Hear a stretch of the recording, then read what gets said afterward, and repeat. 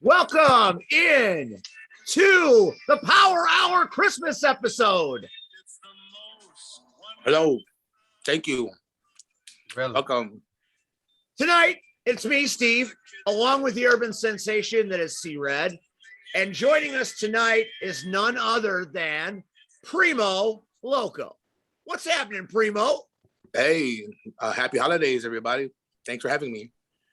You know, you are following up last year's Christmas episode where our guests were Sky Blue and Missa Kate. So are you going to be able to follow them on a sex appeal level? Definitely. There you go. That a boy. Now, I know that you and Red share lineage in the Windy City family. I hear Red talk about Windy City at some point on almost every show. What is your perspective on Windy City and what it meant to you? Well, wow, Windy City, what it meant to me. Well, I attended the shows as a kid. I would say the first Battle of the Belts, the first three Battle of the Belts. My grandfather, when I was a kid, took me all the time to the shows. I was a part of the fan club. They sent you monthly newsletters and stuff like that. And there was a thing called Fantasy Camp. And through time, I took a little courage to join Fantasy Camp, and that's how kind of the little wrestling journey started.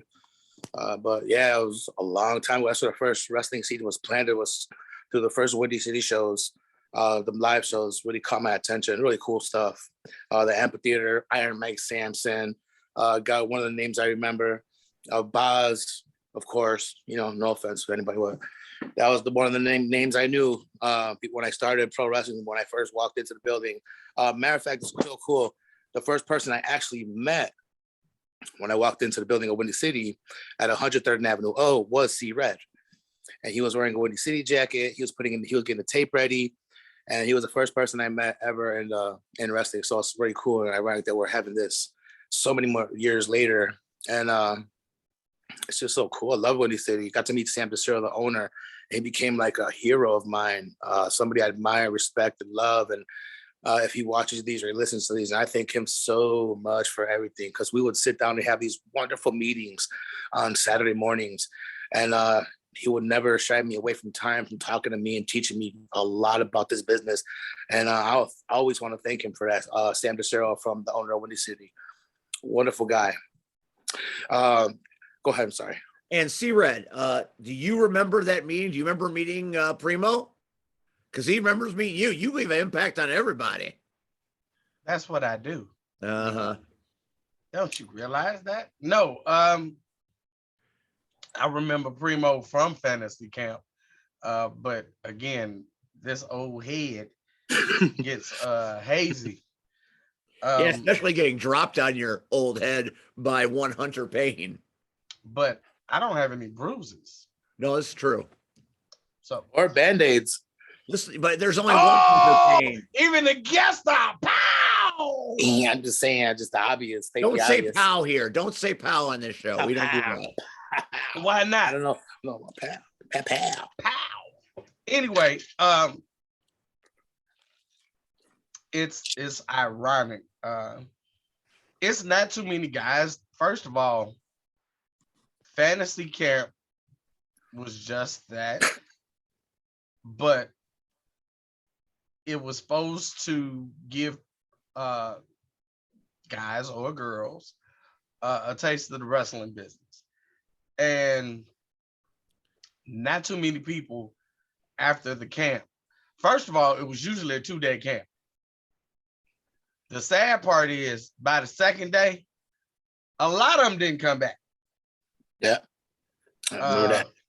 They got a real taste that first day of what professional wrestling entails. So if they came back the second day was the cakewalk. And not too many guys, again, made it through to the completion of the camp. Primo made it. You know, we've had people like Tully made it. So I think that speaks volumes and a lot about uh, Primo, the individual, uh, that he had enough heart, if nothing else, to stick out those 2 days, but then wind up joining Windy City. I don't know about these great meetings with Sam DeCero. No wonder on Saturday when we were supposed to be training, Primo and he in the office with Sam, and we in the ring bumping. No wonder. Explains a lot. Actually, there was never really nobody that would come to the trainings on Saturday. So I would come early, be the first one there, and I'd come early enough to have time to talk to Sam. Oh, we was there. Yeah, Me, Dunn, Shay. Yeah, this is more like the 2006, 2007 Oh, yeah, era. we was gone. Yeah, it's 16 years ago. Yeah. We Yeah, he gave got me a it. jacket like the one you wore. He gave me a jacket, a security jacket, the Windy City jacket. The one of you see me wear to shows a couple times. That was given to me by Sam. It was an honor to have him give that to me because the whole history of the story of Windy City and what it's done for me in my life. So it's just an honor to have that jacket. I take very good care of it. It's something I cherish. I've had it for I'd say about a good 15 years now. And it was just like the privilege to sit in his office and talk to him. And he showed me the videotapes, the ones he liked. He told me stories about Bruiser Brody. Just for me as a kid growing up where I did and going through what I went through, I never thought I'd be sitting across a desk talking and hearing these stories from the owner of Windy City Pro Wrestling, Windy City Wrestling, excuse me, Windy City Wrestling, what I grew up on. And that's what I love, and I love that to this day. I miss what I miss, but wrestling has changed with the times, and it's CSW, I say it broke off of Windy City and it's doing a hell of a job. I'm proud of what CSW what it's become. Anyone knows I have CSW tattooed on my body, and because for me, CSW allowed me to live my dreams. Yeah, believe it or not, I have CSW tattooed on my body. Had it for the last 13 years. Yeah, because personally, like I went through some hard stuff, man. Yeah, I know you don't understand, but I went through some really hard stuff. And at one time, CSW was what kept me up and moving and positive and motivating. Because in 2010 we had a battle royal, two of them. One of them I had just got shot. It's a personal thing, but I kept going. My grandmother was in hospice. I was taking care of her. And that was my motivation to not go to the doctor, get help, because as long as she was getting taken care of, she was comfortable, I was okay with that. And so I would be able to go to the shows, get into the ring, be Santa Claus. There was another show in 2010. It was the day after Thanksgiving, the day before my grandmother's birthday. Again, CSW provided this for me. I was able to dress up as Santa Claus, buy gifts, wrap them up, pass them out. No matter what pain I was suffering, going through, I was able to do that. And CSW provided that for me. They didn't tell me what to do. They didn't ask what I wanted to do. I didn't need permission. I always just did what I wanted to do. And I thank God for that, because if this road started when I first got into the Bible changed my life. And it provided me to get into pro wrestling. Pro wrestling's always been there. I got VHS movies, toys. I got stories about when I was in the hospital. I couldn't even have toys. I had crayons and coloring books. And I used the crayons as wrestlers and the coloring book as a wrestling ring. And that goes back into like the late 80s, because I was a sick kid in the hospital. And I always had wrestling. But when I first started seeing it in person, the Windy City days, because we always seen it on TV, wish and dream. But then the Windy City days, it was like it opened up a new thing. Like I wanted more and more and more and more. And as years progressed, I was always still stuck on wrestling, no matter what crazy shit I was going through in my crazy life in Chicago. I was always stuck on wrestling. And I have some real stories that you probably believe is crazy, but I would get my ass kicked because I wouldn't get told. You couldn't tell me what to do. I would rather stay home and watch a pay-per-view or a Monday Night Raw, the Monday Night Wars, than someone telling me to go do something. And I got my ass kicked a lot for that. I don't care. I don't care who don't like it, but it happened. And I took those little dreams, and CSW, Windy City, helped make those dreams into reality. I know it's a cliche, but it's real. And some people have the nerve to have asked me, and this is the number one question I get my whole life, 16 fucking years. Everyone says, "Oh, isn't that fake?" You know what I always say? Can I fucking body slam you? I say, your mom's tits are fake. I have rude fucking answers. Because when you disrespect pro wrestling, you disrespect me and you disrespect everyone I love. And you don't fucking do that to me. They don't call me Primoloko because I'm a nice guy. I want to be your friend or anything like that. They call me Primoloko because it's fucking real. Just like pro wrestling. No doubt. Primo's been trying to beat my ass for the last calendar year. Hey, you're lucky you didn't get that, because you would have more than just a Band-Aid. I know that. I've seen the kendo stick. It's pretty impressive. Now, Awesome. Primo, you've had, we were chatting on social media. You have had, I mean, I've always been dazzled by what C Red has gone through in his life. Many, many challenges, many pitfalls. Yeah, strong guy. Sometimes he overcomes them. Sometimes they trip him up, but he keeps going. So I've always admired Red's spirit. And I was reading what you wrote, and I didn't know if I would ever meet someone that has had to overcome as much as my friend Sean has over the period of years. From almost dying in the hospital as a child, being saved by a doctor, to, dropping out of high school because of a petition you signed and the police were out to get you. Oh no, a petition I created. Yeah. That had thousands of people sign. Right. So I was making noise. I was on the front page of the newspaper in them times, dark times. I was so young. I was 16. No, not to cut you off real quick.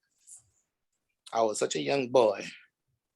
And I felt like at that time I didn't have the knowledge of civil rights and all that, but that was my time and the only time. And I got to learn in time what fight am I going to choose to fight. But at that time, I choose to fight against, I guess we'll call the system, who was violating civil rights. And it was intense. It was the most intense part of my life. And I thank God for it all the time.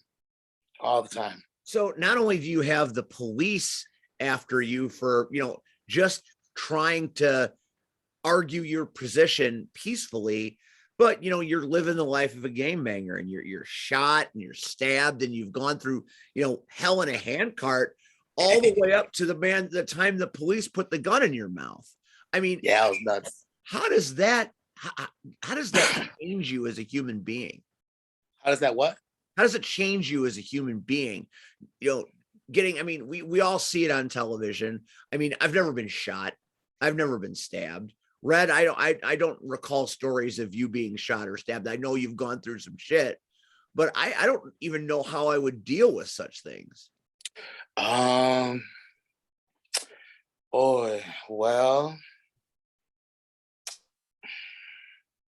I think because this is gonna sound crazy, but my whole life, all I ever like do is laugh. That's it. And yeah, I remember one time I was trying to get some real psychiatric help, thought I had some problems. And they're like, nah, you got realistic goals, you can tie your shoes, you can go shop and all that. And it's just somehow, I guess in time, and I guess through certain things, and again, when I go back to the Bible, I say how much it changed my effect of my life. Afterwards, the challenges that some of them you mentioned, I felt like maybe they were a little bit spiritual, and I felt like, like if I didn't change my life, we wouldn't be having this conversation. So those tests were real because it was such a hard thing to change from the transition from growing up the way I was into where, the people the person the last 16 years, and I had to do that for myself. And the Bible provided the crutch for me to lean on. No matter what effects any of those traumatizations had on my life, I was still able to be alive and laugh and still have a good time. And I remember maybe one of the things is I have a cousin, her name is Vanessa, and I was going through a hard time, real hard time. And we're on the phone and she is crying. She's like, "Are you still gonna be funny?" And I was crying. I'm like, of course I'm still gonna be funny. Like, fuck this. We're gonna get through this. Like, I want to be funny as hell my whole life. Like, we're gonna get, so I guess, something like that. Little thing I always say, it's the little things in life, always the little things. But it stuck with me, because I never wanted to not be funny or change no matter what. And traumatization and things that have happened, PTSD is real and all those things. But prayer and the Lord and those type of things, no matter what you believe, no matter who you pray to, what for me, it helped, so Helps a lot of people. Yeah, thank God, it's cool, man. I mean, I'm glad I like the testimonies. I like hearing them. I might have one of my own, but I think also knowing that I'm not the only one in life having problems and traumas and all that, and other people have that worse, or some people have it way worse. So I think I thank God for my blessings, and I just try to do the best I can to be the best me. And by being so and doing so, we ended up where we're at today. And I love it. I'm freaking amazed and happy where I'm at. And I also say too, I have a wonderful parent. I never had parents. I have a parent, a wonderful parent, and that parent is the most strongest human being I've ever met in my life. Because with what I've went through, a lot of people give up. I've seen it. I lived it, and this parent never did, and I appreciate that. I just want people let people know that I don't do it by myself. No. And you would need people in your corner to get through what happened to you in 2014. Can you take us back to that? Because that's horrific. 2014. Yeah. The big Yeah. accident. Yeah. I was on my way to a wrestling show with a guest that I picked up, got harassed inside of a restaurant and escalated to the point where I almost died. And even then, I just kept moving. I was in a wheelchair for a little bit. The dad got a wheelchair. I went to AMC Dining Theater. I got hired, the first person hired for the first ever dining theater in Chicago. And I was hired as a trainer, and I kept wrestling. Thank God. One thing I want to say too, Boz, after you think you heard it all, Boz knows. Boz would call me. Boz was with me and going through things with me on the phone, listening to me, hearing me out, being there. That's why I say CSW is a special place. Boz never judged me. And when my grandmother was in hospital, I was having the hardest time of my life. And even when I got shot, man, I show up to practice. Boz will tell you, I show up to practice, show them my scars and my open wounds. And I had a bullet stuck in me for 5 years. And I showed Boz like 3 days after it happened. And Chris Sada was there. Everybody was there. I kept coming to practice. They're like, you're fucking crazy. I said, I told you I'm Primoloko. Willie the Bomb Richardson pounced me the same day. It was a crazy time. But again, Wow. I thank God. Yeah, I thank God for it all. I thank God for all of it because I love wrestling and I love what I do. I'm okay. I'm gonna keep doing it too. I'm gonna tell you why I'm not wearing a mask, because CAW ain't see nothing. They always see me with a mask, playing games, fucking around. That's it. It's done with. No more. Look where my mask is at. I don't know if you can see or what you can. There it is. Yeah, I know that mask well. It's done with. So, I got a little bit of time of wrestling left. So we're gonna take it a little more serious. There's no more playing fucking games. There you go. Yeah, I got time. to, take care of those. So I might call people out of retirement.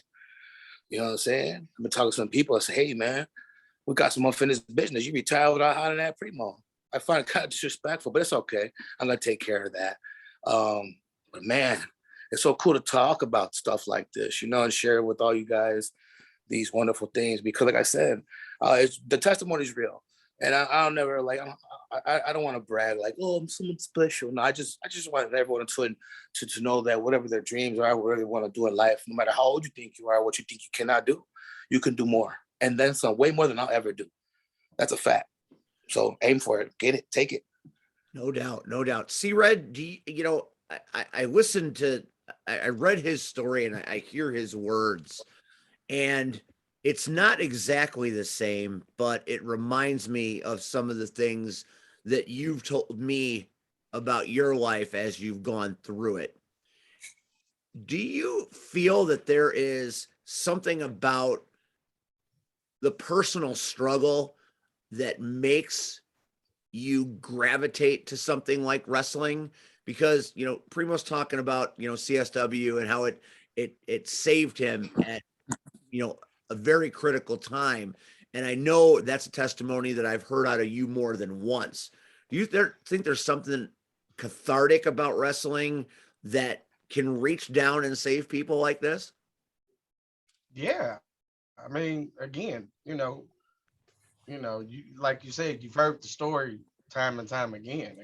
I would not be here if it was not for wrestling, and especially if it wasn't for the lies, the cheats, the steals to get to Windy City. But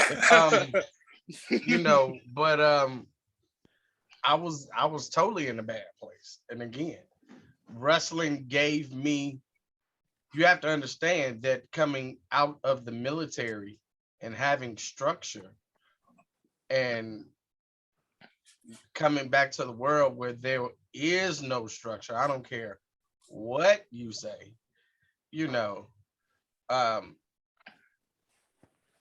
I needed something, and I needed something positive to pour my life into. Um, and the bad part again was I was not being a good husband. I was not being a good father. Um, and wrestling totally changed all of that. And I mean, you know, that's why I don't. When I hear compliments from you and uh, PL Myers and other people that we know and we love and we respect, it's kind of hard to take that in because I'm to the point in my life where I'm humble now. And um, I know I'm just, at the end of the day, I'm just a regular guy. I mean, let's just be honest. When you know the fans have left and the ring is torn down, I'm just a regular guy. You know, let's be honest. You just called me Sean not too long ago, and That's all I am. Only when it's important and impactful will I address you by your God-given name. No, I Yeah, I get was it. hey, I get it, but that's all I am. You know, I'm just a regular guy, and you know, like Primo said, Primo has his testimony. You know, and you know, I have mine. You know, he's got his faith, I've got mine. You know, but I kind of would like to believe. You know, and it might sound silly, it might even sound crazy. You know,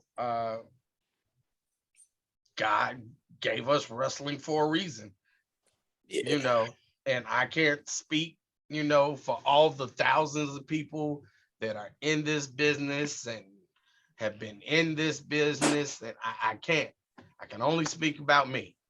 And again, without wrestling, I would be lost. And the things that I do have now, Me I too. probably wouldn't have. Um, I wouldn't be on this show. You'd be co-hosting um, with the Nacho Man. I don't know, you know. So Red is so cool because you know it's funny. You're a very important guy, and you're a larger than life person more than you know or than you think. Because I when I think found about that out seeing, on Saturday. yeah, Windy City, one of my first experiences training was Diamond. You and Diamond, and that was fun. Diamond was so strong, and she put it to me with those weight ball things, and I'll never forget that. But aside from that, you were a part of me and Kalisto's first ever battle royal, and you were in there, and I have pictures of you choking me. And you were a part of my last battle royal with my mask on, which was about a couple weeks ago at that one show. So, you know what's so cool about this business? How it comes full circle. And me and you, Red, no matter what, we always find each other somewhere, somehow. We've had we had a lot of fun. And I have the world of respect for you. And I even told you one time, I think, whenever you have those shows for the kids, for the schools, man, you got to pay me, do nothing. Let me know. I'll come. We'll have fun. I'll bring food. We'll just have fun, entertain. And that's something I love to do. You know, one thing I love pro wrestling, I always said this. Someone says, why you like that stuff? I'm saying, I'll tell you why. When you have 1,000 people, 100 people, 25 people, however many people, strangers in a room, and you take all them strangers away from their problems for that itty bitty time, whatever it is you're doing in that square circle, and your time to entertain, just take them away from, you know, that release. I call it wrestling a release because it releases them from that reality wherever they're facing, and they come. And our job now, just like when I needed it, I got a million stories. Truth be told, about when I needed some kind of something, wrestling was always there, always. And WrestleMania 17, Norfolk, Virginia, away from home.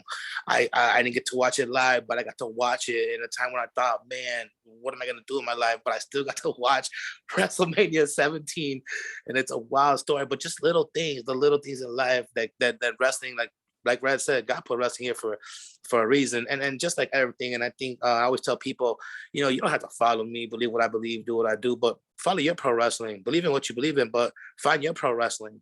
You know, follow your passion, because Dusty Rhodes said, when you look at this industry, you look at passion. the passion I have for this industry is why I'm still here.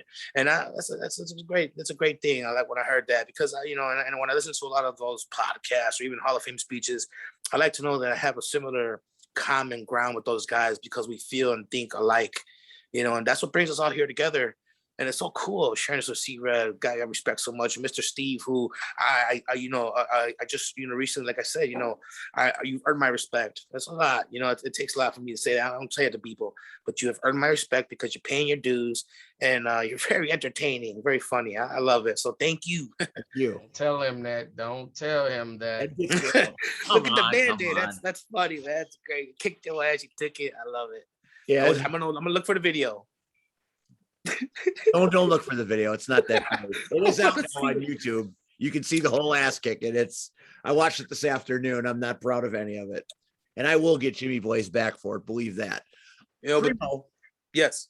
you had now the first time I met you was when I was doing some early work just as a manager, and I was writing with my friends Mitch and Nikki, and they were working for CSW.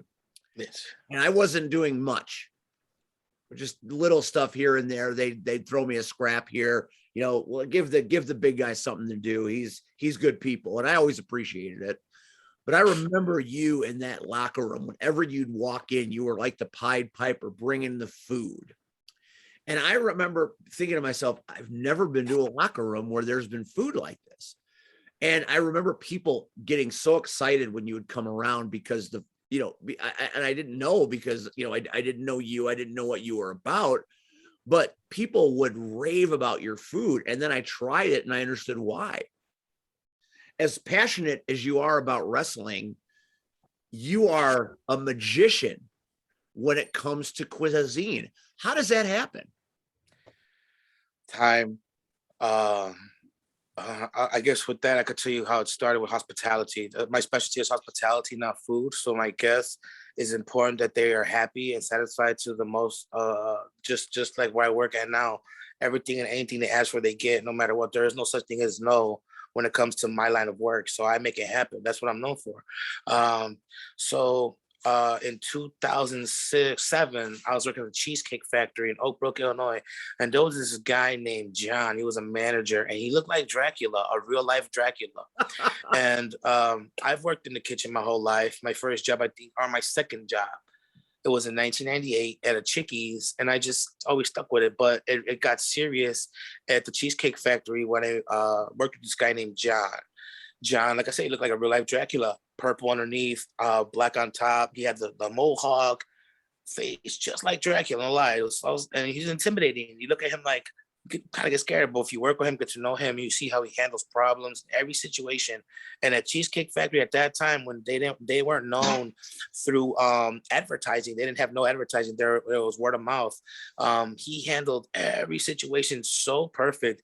I always wanted to be like him, and I got to be around him and learn so much from him. They put me in front of the case. I was in charge of the dessert case, and I have the piece of paper. I wish I brought it up, stuff like that. But anyway, I have a piece of paper that shows that I had 100% on a secret shopper. A secret shopper, is somebody who comes in and they grade you on your performance. And I got 100%. And Cheesecake Factory is really big on that at that time, anyways. No advertising, whatever. And I sold myself. I sold the cakes. I sold, I was just myself. And to get that 100%, that meant the world to me, because I did it because I wanted to be just like John. I wanted to be that good at hospitality and know that word no does not exist. He taught me that, and I love that. And I went to culinary school because I got shot, and I kept wrestling. I kept wrestling, and with a bullet inside me, never being removed. It got removed eventually, but it got bad. It got so bad that I was losing, like, tingling in my hand and stuff, because I was pinching a nerve. So I was like, all right, I guess I'll stop wrestling. What am I gonna do? Which I never stopped wrestling. I went to culinary school, and I was like, all right, cool. I'll go to culinary school. I went to culinary school, and then because I went to culinary school, I chose that because I was so good at what I did for so many years in the industry. I wanted to see, man, is it me that's fucked up, or this industry's fucked up? And come to find out, Chef Primo's a bad motherfucker. Except I worked in an industry that's doggy dog world, which means we get shit on. Guys like me who come in and walk circles around people like I did today, my job today. I was telling somebody, I don't have a position. I just do whatever, they need me to do, which you don't have to train. I haven't been trained in a restaurant in forever. Some people try to tell me certain simple things, but for the most part, when they find out that I'm very useful and valuable, it's because, I thank Cheesecake Factory for implanting that seriousness by taking serious hospitality and giving the guests what's more important, and that's cleanliness, making sure that their food's being handled properly, 100%. And that is like, food safety is 100% important to me. As much as I love wrestling and all that, in culinary school, they're like, "What are you gonna do after culinary school?" Keep wrestling. And they didn't like that, but I did. And it's so funny, when I graduated culinary school and I got my diploma, my instructor said, God bless his soul, he said, I see you I see you doing catering. I see you doing on small, making plates or working in a restaurant. I see you doing big time stuff, doing catering. And he did not lie. And I'm not saying that, to make a point. I'm just saying it like, man, follow your dreams, know what you do what you know. Jesse Ventura said that, SummerSlam Survivor Series. I don't know, but Boz taught me that first, and Austin Roberts taught me that first. Said, do what you know. Don't do nothing like, don't do nothing. If you don't know how to do a suplex, don't fucking do it. Jesse Ventura said the same thing, and it kind of goes the same thing in culinary. Luckily for me, I know how to do almost just about everything, but I keep learning. I always say I don't know anything because there's always more to learn. And where I'm at now, it's gotten to a point now where I'm teaching people stuff, and that's so cool. It's like what's easy to me is like, people look at me and I'm like, wow, how do you do that? You know how to temper chocolate? Yeah. Wow. What are you doing working in the dish room? Because the dish room, like I said, cleanliness, food safety, and all that. 15 times out of 10, you're gonna have a piece of shit asshole in the dish room who don't care about food safety or the customers. But where I'm gonna work, that's my first go-to, because I want to know that the dishwasher works right, everything's running sufficient, and whoever's there, if it's not me, knows that that's 100% the most important part of the kitchen, and they're not there to play, they're there to work and take care of everything, so that everyone, no, it's taken care of for what they pay for. People work hard for their money, and to come to a restaurant, pay any kind of money, whether it be McDonald's, Cheesecake Factory, Portillo's, you take care of them people. Because I have a motto, whether it be wrestling, whatever it is, restaurants, catering. You got to take care of the people who take care of the people. Otherwise, the people are not going to come back to take care of the people. Does that make sense? Pay it forward, or you're not going to get anything on the backside. That's Hey, so you know what I do for my people? Breakfast, more than compliments. Man, we treat them. It ain't just about a job or some money. You got to make people feel good. And then you got to help them out. You got to be real, genuine. And people love genuine, especially today, with social media being so, the way it is, you don't get what I can serve on social media. Because first of all, you got to pay. You want to pay. You want to show me that you're serious. It's not for free, so that's another thing. But this is a cool opportunity, right, to share with you guys, like this little input, because my passion, my hard work, it's got me where I'm at, and I love it so much. It's exhausting. In hospitality industry, because of COVID now too, it's very different. Everything's changed. I don't do my own catering no more. A lot of things have went down. I waited almost 18 months to do my normal job now.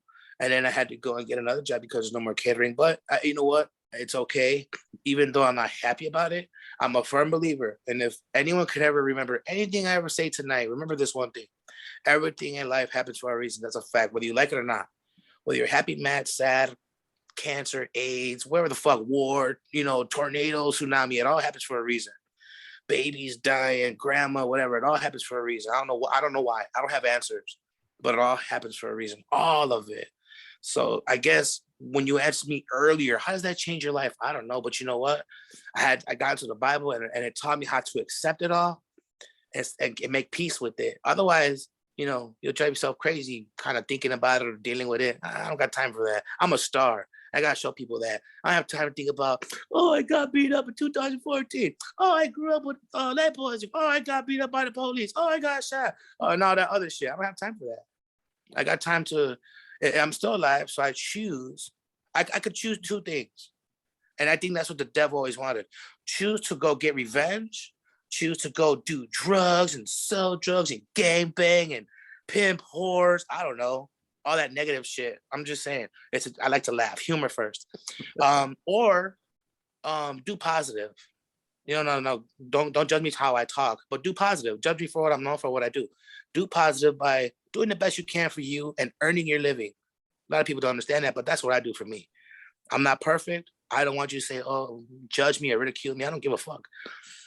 I just like to enjoy my life. I love to laugh and I love people to be happy. I love them to be comfortable. Comfort zone in life is the most important thing. If you're not comfortable, you have to change people, place, and things so you're comfortable. Promise. That is sage advice. So you're a wrestler Hey. and you're a chef. Oh. So what does Primoloko do? He decides to combine them.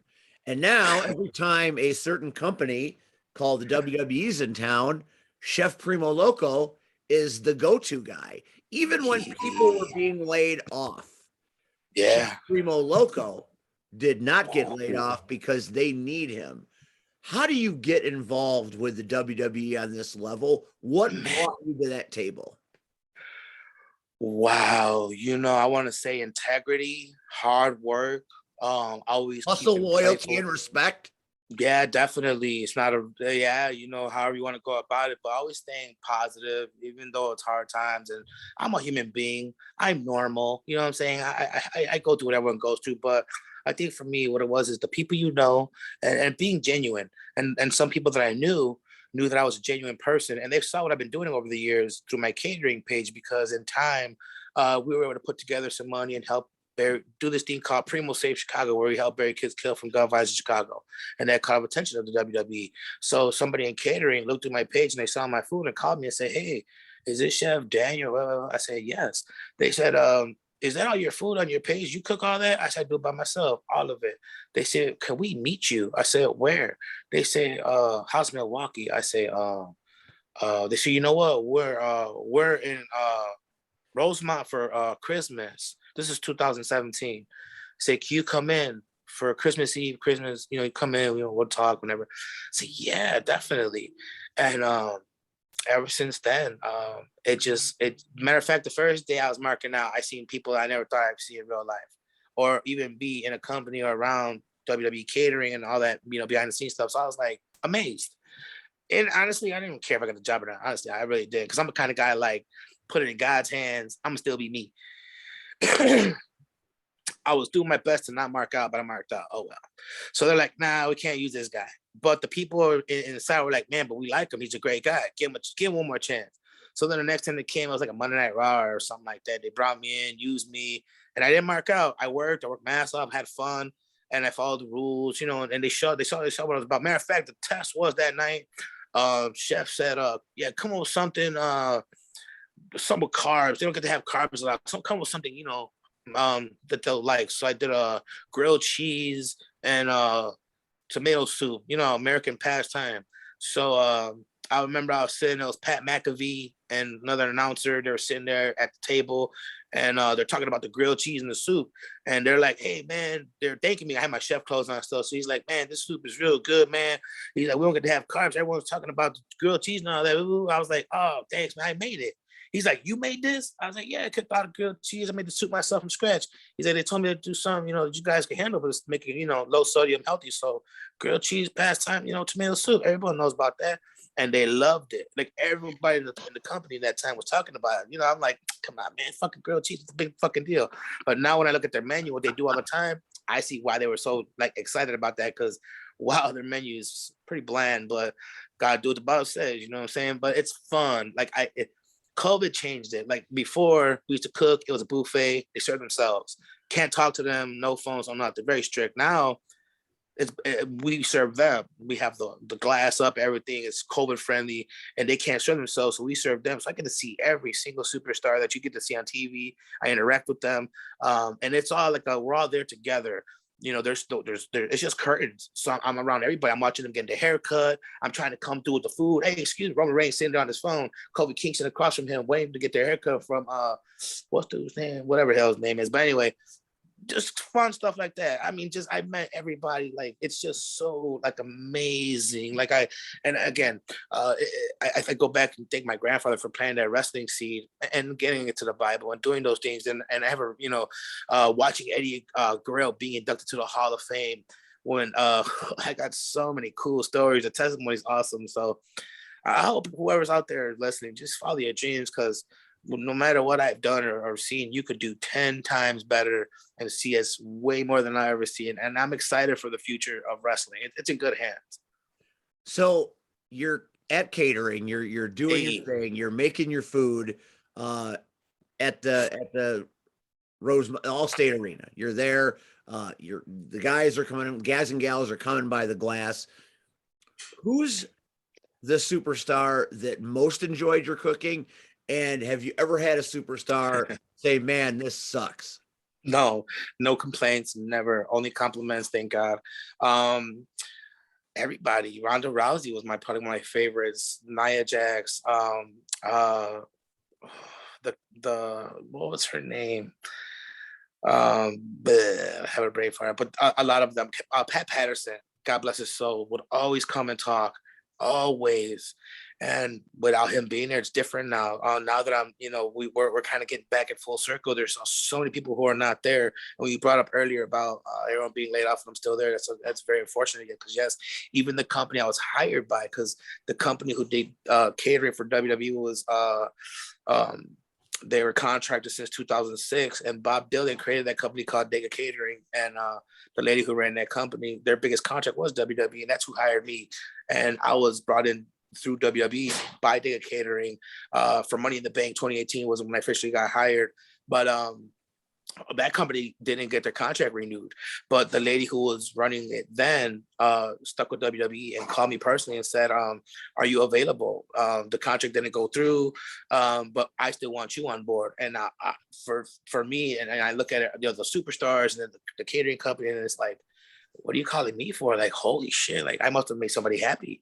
So I thank God for that all the time. And don't judge the way I talk, and I know I use that I got to the word and all that, but it's just, I'm known to judge. I don't judge. So hey, do you, and I don't care. But I am so happy that I know who my boss is and he knows my real name, and he loves my food, and I'm thankful for that. Whether I go back to work tomorrow or not, the last 4 years have been more than a dream come true.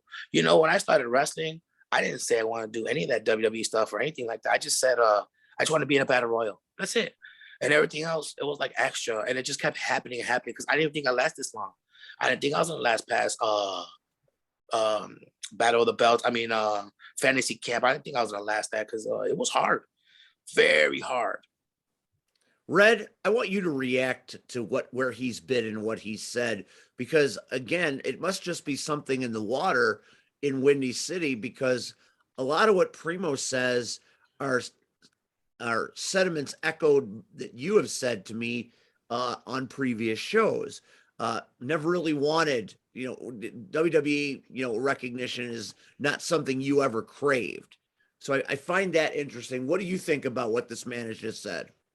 Well, my story is different. Again, think about it. I was almost pushing 30. So I didn't go in with rose-colored glasses thinking, oh yeah, Vince is gonna call me tomorrow and offer me a contract. Well, maybe if you gave him a grilled cheese sandwich and some tomato soup, he would. Clearly, I'm kicking myself. Here's the thing about Primo. Here's the funny part. It's not funny. It's not funny, but it explains a lot.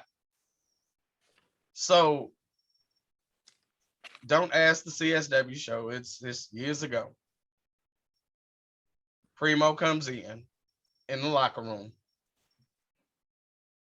And he was like, hey, Red, what's going on? What's going on, Primo? Good to see you. Woo, woo, woo. And he says it as he's walking past. And I'm thinking, that's kind of short as shit. Like, okay. Then I see why, because now he's coming back and forth with pans of food. And I'm trying to figure out who the hell told him to go get food. Like, this is new. Like, why do we, like, first of all, what indie company that has catering? Nobody. If you lucky if you get a goddamn bottle of water. So, and Primo cooked this chicken. Oh my fucking God. Primo chicken is primo. And I was pissed as hell because I'm like, I'm supposed to eat this and then go out there. But I'm ready to fucking go to sleep right now. And it was so fucking good. And I pulled him to the side. I said, Primo, come here. I said, did you buy this? And he said, no, brother. I made that. I cooked that. I cooked everything. Primo. Because now I got to look at him crazy. You knew we had a show. You know, hell, most guys got to make sure they got their singlet, they tights, they knee pads, elbow pads, they boots. This dude was like, the hell with all of that. I got to make sure everybody is fed. And when he explained to me, you know, he was like, hey, you know, we all got to eat. And I just want to make sure the boys are fed. I thought he was crazy as hell. I really did. But as they say, all geniuses have a little bit of insanity in them. And his has paid off because he's done something that, hell, even I haven't done, you know. Hell, even if I got in that position, see, I wouldn't have lasted in that. First of all, if Shawn Michaels walked in any damn room, I'm losing my shit. That's just fact. I don't give a damn about a diva. When the icon himself walks in, fuck it, it's over for me. At that point, I'm whipping out my phone, taking my picture, and then I'm leaving. Like, I appreciate it. So I wouldn't be there. I'm just saying. So for Primo to do what he does, and I think, you know, again, even in these hard, that's the woe with their hard times, baby. You know, it's a testament to his tenacity, his will, his endurance. It says a lot more or less about the character of the man. And you know, in this day and age, that's hard to come by. Where you can find somebody that not only has come all the things that he's overcome, but he is honestly he's making a niche in this world for himself, and he's doing it through positive goals. So I don't have a hat, but I salute you, sir. Keep doing what you're doing. I won't say the next time you see Shawn Michaels, say, hey, no, but shit, I just got a Shawn Michaels figure. I forgot I ordered. That is so cool. I met Shawn Michaels in the restroom at the Allstate Arena because that's where you meet all the wrestlers. I just had a conversation for like 10 minutes with Cesaro in the fucking restroom at the Rosemont. That's how it like always is. But I met Shawn Michaels my first year and I was so scared because you can't talk to these guys. At first, when I started working there, it's like they intimidate you with all the rules. So Shawn Michaels walks in, you know, I walk in, Shawn Michaels washing his hands, and I'm like, thank you. And he looks at me. I was like, just thank you for everything. And it's like all I could say. And he's like, you're welcome, young man. And he was just cool, like just a normal dude. And he just left. And man, they were cutting the t-shirts for them. They were in Chicago for like some Survivor Series. NXT versus SmackDown or something. And so they were cutting the Triple H and Shawn Michaels t-shirt in the back for whatever reason, the sleeves off of them. I grabbed the sleeves. I have the sleeves. Hey, I ain't Shawn Michaels t-shirt. Hey, does Cesaro still bring his own container of food? No, he eats our food. I've never seen him do that. No, it's Super nice guy. so it's an inside joke. So me, Jazz, Marche, Diamond, Willie. So we're doing this big tournament. It's the last day. We're on the East Coast, and we had checked out our hotel, but we still got the show to do. And we're like, we're starved. We gotta go eat. So the only restaurant was open was like a Chinese food restaurant. So all of us go in there and we get our Chinese food and we go back. Now we're in the locker room. So everybody's got their own little space, but we're in the locker room with uh Brian, Daniel Bryan, Brian Danielson, and then Claudio, now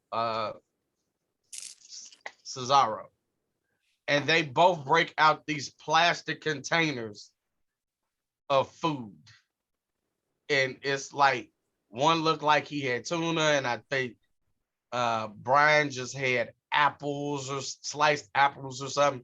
And like we felt so bad because like we're eating, shrimp fried rice and egg foo young, and everybody passing their boxes around.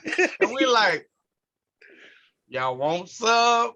And they were like, no, thank you. We're good. And it was like, damn, they on the diet for real. Yeah. Like, but so that's a little inside joke. But again, props up to you, sir. Keep doing what you're doing. Primo, Thank you. what's next? Thank you very much. Hopefully, the future of a food truck. What do you want? Oh, you want a food truck? Primoloko food truck. Yeah, working. Hopefully, hopefully, it was before what we were working on, but then COVID happened and so many things changed. But you can't just. I was at first. I was like, fuck that. But then you know what? It's still I still want to do something like that. I want to finish my in-ring wrestling. I don't think I should have continued after 2014, but I did. Whatever. It's okay. I feel it every day, but I want to finish respectfully, properly. Everyone has their own way of doing it. For me, it doesn't have to be all big or ceremony. Just something fun, and I'm excited. And until then, I'm gonna take it more serious. I don't have a date or a time or when. I might do this for 20 more years. I don't fucking know. If I could, I will. But all serious aside, all jokes aside, soon, hopefully the in-ring will come to an end and I can focus on hopefully going full-time WWE. I was supposed to go full-time April 2020 at my first WrestleMania, but things changed because of COVID. I talked to my boss the other day, and when we talked last, they have cryptic codes, and she's still there, and she just told me, consider a thing, when she told me that I'm going to still be working with them. And when I had some questions, she just said, don't worry about nothing, just consider a thing. And, it's so cool. Like, it's not their catering, which I mentioned earlier. It's WWE. And it's something a lot of people dream about. I never thought I'd make it to something like that or be around, let alone being able to cook for these guys, The Miz, so many people that I've met, just wonderful people. Trinity, a wonderful human being. Awesome, wonderful, wonderful, wonderful human being. 2018, it was so cool. Money in the Bank, July 2018. I was working my ass off to get to there. And my boss came to me after a long weekend. I think they were here for like 6 days, with production and setting up, SmackDown. They had the War Games and they had Survivor Series, the Monday Night Raw. Then we take everything down, they do. And then we still cook for other people. And she gave me a hug. And, after all that, after 5 days, exhausting, like 14 hours a day each day. And then I'd go watch the show too. And then I have fun. I would never sleep. And she gave me a hug on the last day. And she said, how does it feel to be a part of the family of WWE? I was like, it was probably one of the greatest days of my life. But then again, it's like I can look back at a Battle of the Belts 20. My grandfather was there. I was in Cicero Stadium, where I grew up in Cicero. Cicero Stadium, man, I have so many stories about that place. And we go back to some of the stories you talked about, the crazy times I went to happened in that town. And I got to perform at Battle of the Belts 20 for my grandfather at Cicero Stadium. And that's dear to me. That's just, and I've been in York, Times Square, with a ball drop, standing right next to it, looking in awe. Didn't amaze me. The person I was with, who had it with, I'll never change that for life for me. But after that, it just got better and better and better. And yeah, I went to jail one time for a case, and I was sitting behind a television. I couldn't even see it, but I was sitting behind it. And they said Eddie Guerrero passed away. I said, what the fuck did I just hear? I said, everybody shut the fuck up about it. And then by then you couldn't hear nothing. I said, 10 o'clock, shut the fuck up. Higher the volume so I can hear what I just heard. Sure enough, 10 o'clock news came on, and I heard Eddie Guerrero passed away. Broke my heart. I was devastated, in jail. Before that, they announced that WrestleMania was going to be in Chicago. I think it was in Hollywood the year before. WrestleMania 22 coming in Chicago. And I remember telling my friend in jail, cellmate, whatever, I said, if I get out, I'm going to the Hall of Fame. I don't need to go to WrestleMania because I like the old school stuff. I'm an old school kind of guy. So I'm going to Hall of Fame. That's my goal. I got out Christmas Eve 2005, beat my case. First job I got was at Arby's. The first check I got, I bought a Hall of Fame ticket, which I still got. I should have brought the stuff so I can show you. But it's on my Facebook. I take many pictures and stuff like that so you can see it. But I bought a ticket to the Hall of Fame, and you didn't even know who was being inducted yet. So I bought a ticket. It had to be in January 2006. So I bought a ticket, and in the times leading up to WrestleMania, you started hearing about the announcements. Sherry Martel, the Blackjacks, William Perry, and so on and so forth. And until finally one day you hear me, Eddie Guerrero, and I was like, man, this is destined to be. This is what's supposed to happen. I'm supposed to be here because I was devastated, and I felt like because of the decisions I was making, I was being taken away from what I love. So about 2 weeks later, I was in Windy City wrestling, and on the third day, Sam Cicero gave me a little contract. We signed it, made an agreement, and the rest is history. And again, I can thank him so much, and Boz, Austin Roberts, of course, C. Red, amazing man, Damian Dunn, Willie the Bomb. Baltazar, I like to call him Baltazar. It's a badass name, but he's just a bad, wonderful, amazing, gentle giant. Remy Reigns. Remy Reigns, real quick. If anyone, I know a lot of people probably don't know Remy Reigns, but WrestleMania 15, 14, one of those, Remy Reigns is friends with Remy Reigns' cousin with a friend of mine that I grew up with. And I didn't have cable all the time. So I used to go to my friend's house to watch the pay-per-views.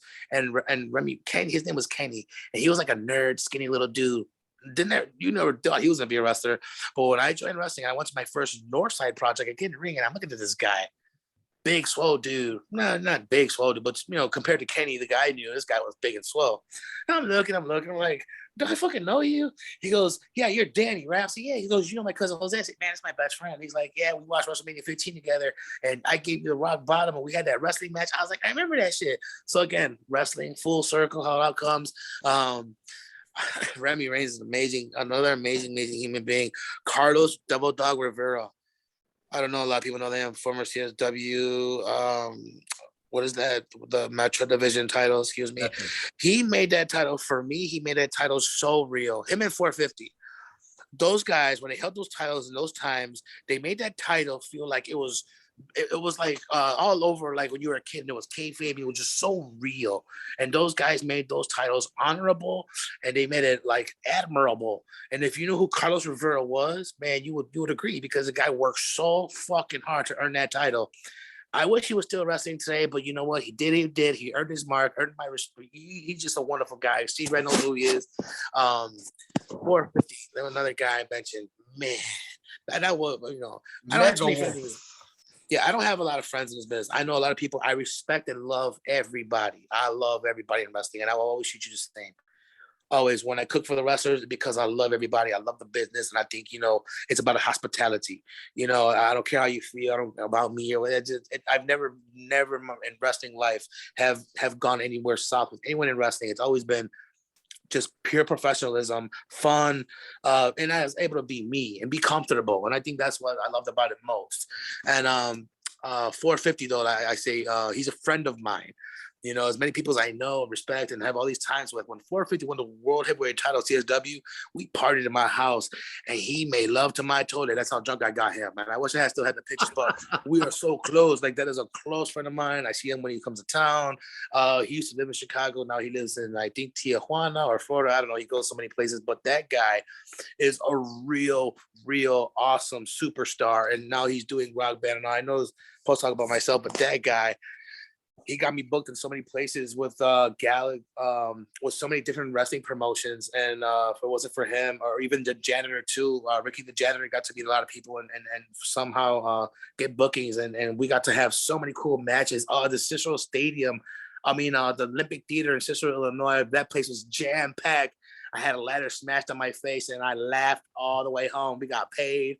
we man, just wrestling has been so cool. So many great guys. You know, it's so cool. You go all over the place. If you travel or whatever, you're in wrestling.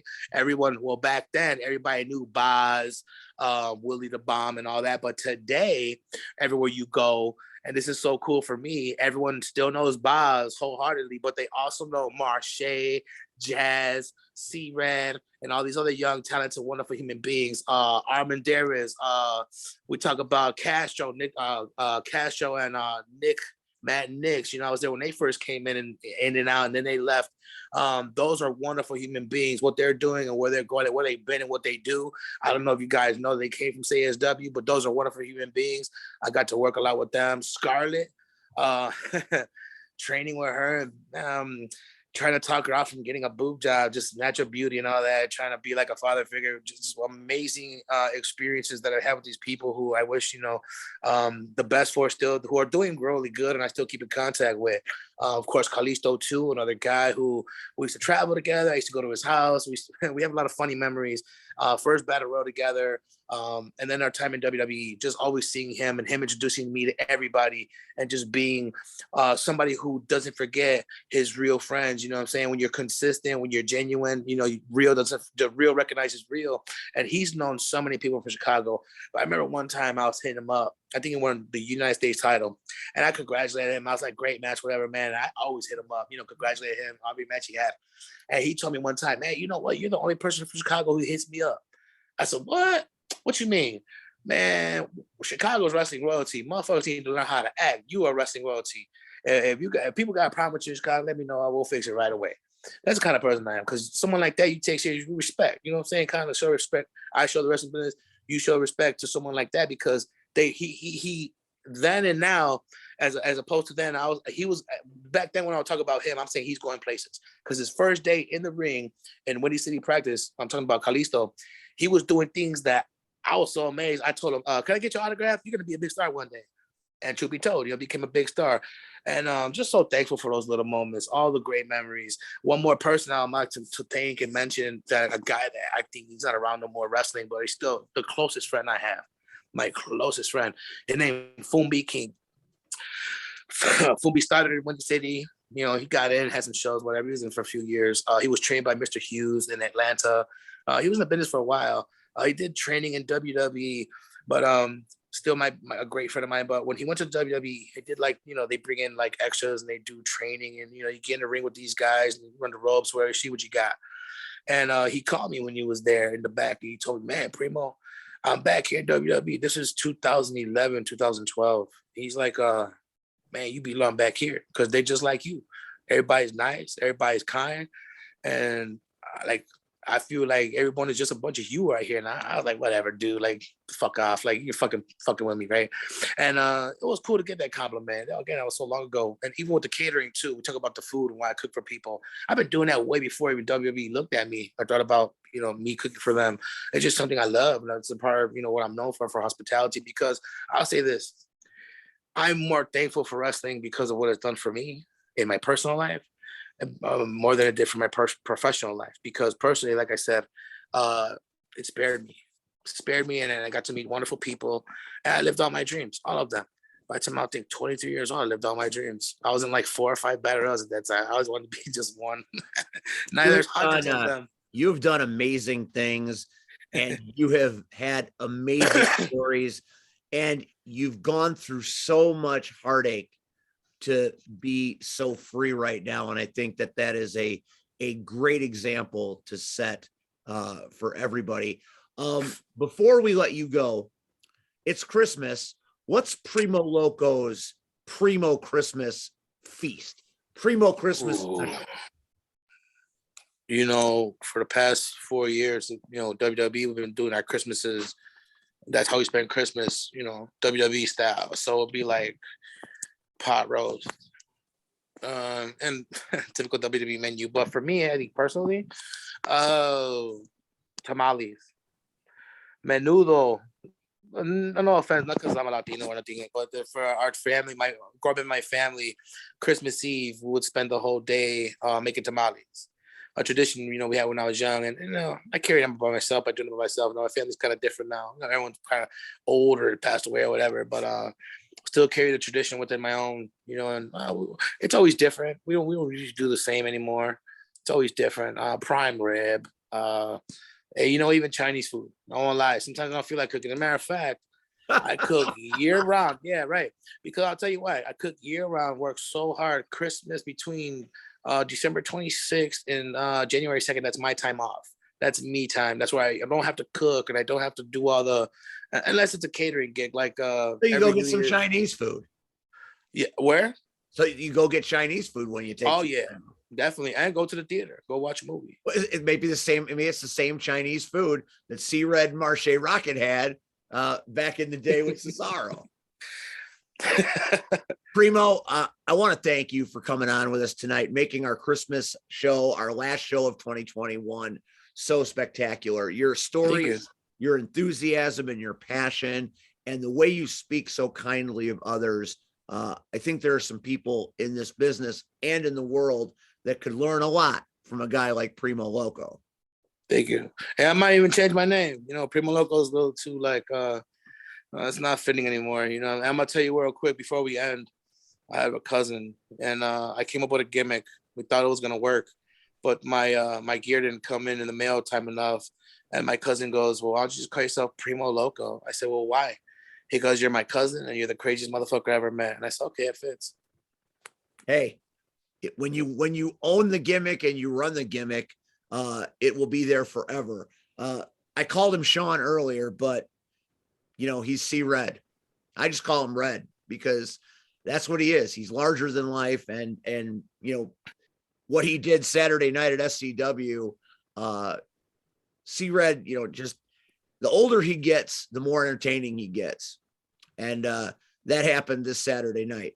Primo, we're gonna talk. We're gonna do a little house cleaning right here, and then we'll say goodbye.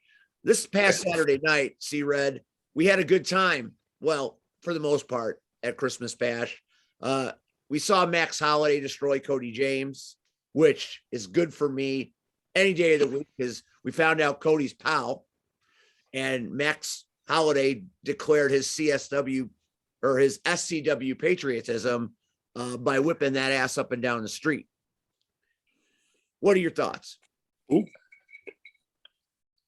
Good match. Great match, actually. And then we had Brandon Espinoza all the way from OVW giving James Creed, the Genesis champ, a run for the money. As well as I do, Creed was that close to losing that title. And I have a feeling the way Brandon Espinoza looked as he was leaving the building, that dysfunction is coming. So I saw him in the back. Tag teams beware. And his eyes, like, oh my God. So, and do you remember the way the show started with a very Gainesy Christmas? I remember Angel in that very provocative outfit. I have a feeling that Angel and Aaron Xavier have frequent flyer miles at Lover's Lane because they were either straight out of Lover's Lane or straight off of the Calumet City Strip Club street. I thought maybe they were going to Kenny Mays after that. Okay. Red knows, you know what I'm talking about. Okay, keep playing. You know Aaron watches this show, right? He doesn't. A-Rod watches this show. They don't watch this show. Okay. Everybody says they watch this show, but they don't. They might not watch it, but they listen. Hey man, they gave me Slim Fast as a goddamn gift, so I'll rail all over this. I'm gonna call it. You know what Aaron Xavier's finishing move should be based on those tights, the small package. Anywho, you should be appreciative he gave you a gift at all. See? Yeah. Oh my God. Couple of magic moments for me. I had been speculating about it. I had been calling it out. I had been predicting it for months. The arrival of the ARC. And the ARC is here. Miles Mercer and C-Red. And don't think that when Angel and Aaron were leaving and you and Miles were sitting off to the side Don't think I didn't see you guys all doing the ARC logo. I don't know what you're talking about. What happened? You know why you don't know what I'm talking about? Aaron won this match, right? Because Hunter Payne beat your ass. Beat your ass. But you're saying, see, because here's my issue with you. Beat Because the red. you kept bringing it up that, oh, I always talk about consequences. And you got some consequences. But I'm still standing. Well, so, but no, let's be real, Steve. While you doing all this laughing and ha while Hunter and his stupid ass was more focused on me. Y'all lost something very important that night. So that'll shut you up because you did all that he-hen, all that ha-ha, and Scott Spade walked in the building, beat the champ, and now there's a new SCW heavyweight champion, and it's not JPH. It's not Hunter Payne. It's nobody on the SCW roster. It's Pal's champion, the Ace of Spades, Scott Spade. Yeah, let me wipe my ass for a moment with the Ace of Spades. It took Scott Spade, Tiny, Xavier Swoggle, and that pencil neck geek, Chris Hedford, and the Powell belt to beat JPH, who was wrestling at 60%.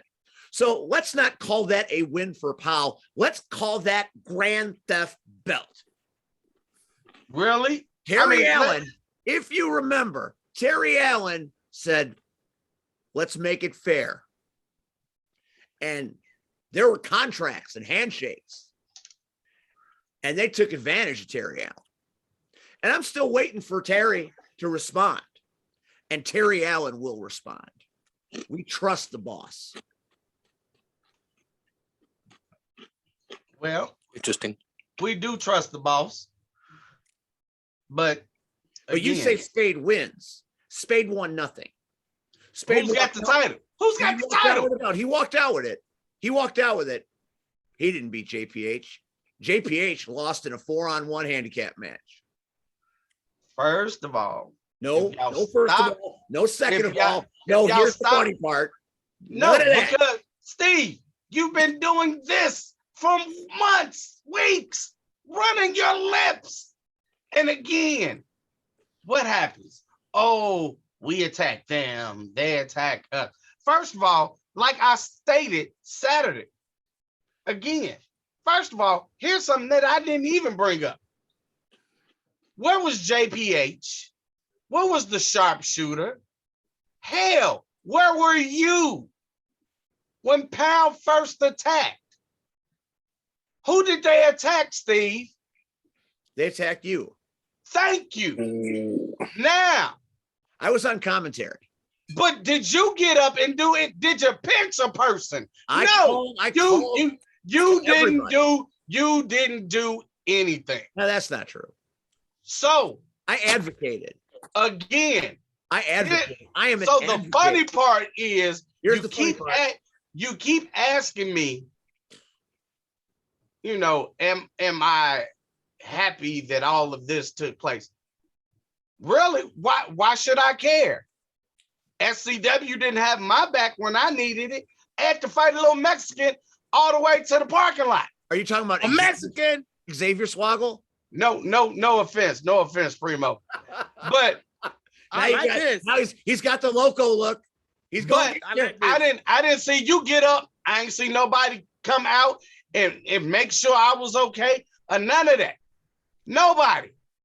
No, I tried to make sure you were okay this past Saturday. I said, "You okay, Red?" Again, I'm fine. Look at me. I'm good. All my limbs work. All my limbs work. So, Hunter so focused on the betrayal. Well, again, the betrayal is a reason that, think about it, even Primo and I talked about. Windy City means something. And Hunter has lost sight of that. In his head, Windy City is dead, but it's not.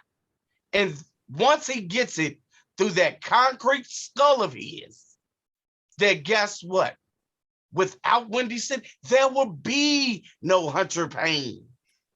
He would just be a Joe Schmo driving a truck and nobody know his name. Nobody would care. Hell, I might even be married to his wife. Oh shit. Oh, So good, nobody cares who Hunter Payne is. So again, till he Hunter's gets it, gonna kill you. did he kill? See, Hunter's all of you gonna said that kill Saturday. you. And am I dead? Am I deceased? No, I'm you got a alive. bandage? I've see, thank you, Primo. I don't have band-aids. I can move my limbs. Look at that. My neck is fine. My back is fine. My face is prettier than ever. So again, what did he do? He's so focused on one thing, he didn't see them coming through the back door and taking what's his. What's his? Something that he covers and treasures so much. Now what? So where does the company go? Now we have to worry and go for answers to the boss, Terry Allen. But where's Terry Allen from? Where does Terry Allen hail from? It's not PAL. It's not SCW. It's Windy City. So once Hunter gets it through his skull, as a friend of mine says, and I never say it right, but I'm going to try to quote it. We're Windy City born. We're Windy City bred. And until the day we leave this earth, we'll be Windy City dead. So get it. I like it. Well, so much for goodwill toward men and peace on earth. The hell with that. Ladies and gentlemen, on No peace. behalf of my partner and friend C-Red, the urban sensation, the icon, on behalf of Chef Primo, Thank you. Primoloko, one of the most original humans that you will meet on this world. My name is Steve. Happy We holidays. have been blessed to be talking to you through this show for this calendar year of 2021. We appreciate each and every one of you watching. We will appreciate each and every guest we've had, from Primo to Sky Blue to Youth Gone Wild and all points in between. Everybody has been so generous with their time, and we appreciate it so much. Hey, thank you. It was an honor. We will be back in 2022, assuming Red isn't Windy City dead. Hey, real quick, I'm not. would you be open to doing a live cook-off where we put money on the line? You pick the wrestler. Yeah, I make Anytime it- Red can eat, Look, he'll I lock make- and load. how about this? I'll make the cooking challenge, and whoever out there in the wrestling world, whether it's CSW, SCW, PO, whatever the hell, if anybody from any company wants to come and you think you can cook your ass off and beat me, I'll put money up. If you can put some money up, we can make something of it. In 2022, we will get the great cook-off versus Primoloko. I'm going to make that happen. Call it the good old wrestling cook-off. Good old wrestling cook-off. Yeah, you guys pick the ingredients. I don't have to know what it is. You know what I'm saying? We'll make it very fun and interesting and entertaining. It could be for your show. We could do whatever you want. We're not even done with 2021 yet, and we already got plans for 2022. Sounds Thank great. you for watching. Thank you for Thank you. listening. The Power Hour will continue in 2022. And our first guest of the year is going to be Bill Shelley of Rocket Pro Wrestling. So Awesome. on behalf of Red, on behalf of Primo, on behalf of me, Thank you. fuck pal. Happy New Year. Merry Christmas. Jimmy Blaze burn in hell. We'll see you in 2022, kids. Be safe. Be good to each other. All of our best. Thank you. And have a pleasant, good evening. Unless you're Scott Spade, We'll see you soon.